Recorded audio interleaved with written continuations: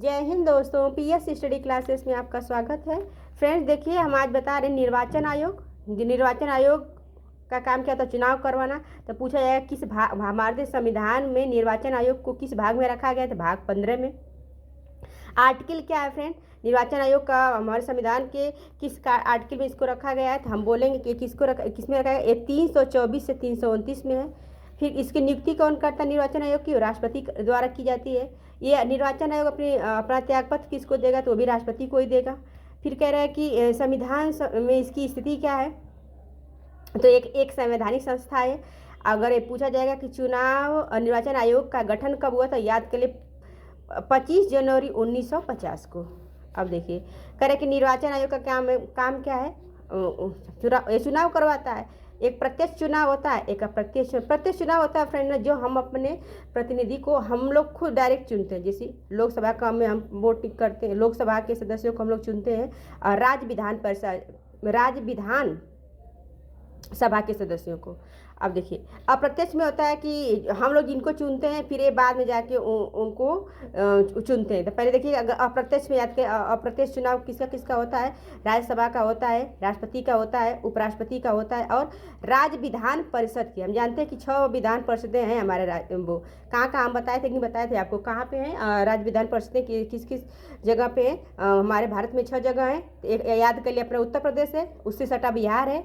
फिर आपको नीचे बताएंगे तेलंगाना है और आंध्र प्रदेश है, और क्या बताए थे? कर्नाटक और महाराष्ट्र। याद कर लीजिए, इतना कभी पूछ देता है। हाँ, अब देखिए, अब निर्वाचन आयोग के प्रमुख कार्य क्या है इसके देखिए। अब देखिए, एक परिसीमन होता है।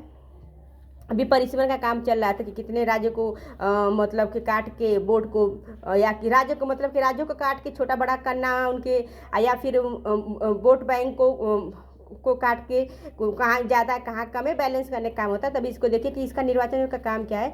यह परिसीमन आयोग अधिनियम के अनुसार चुनावी निर्वाचन क्षेत्र या क्षेत्रीय, यहाँ दिया है ना कि चुनावी निर्वाचन क्षेत्र का क्षेत्रीय क्षेत्र को निर्धारित करता है। दूसरा क्या है?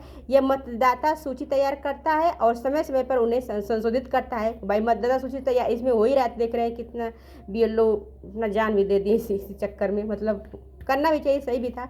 ये चुनाव का कार्यक्रम तैयार करता है और अनुसूची तैयार करता है। यह चुनाव के सभी उम्मीदवारों से नामांकन पत्र प्राप्त करता है और उनकी जांच करता है।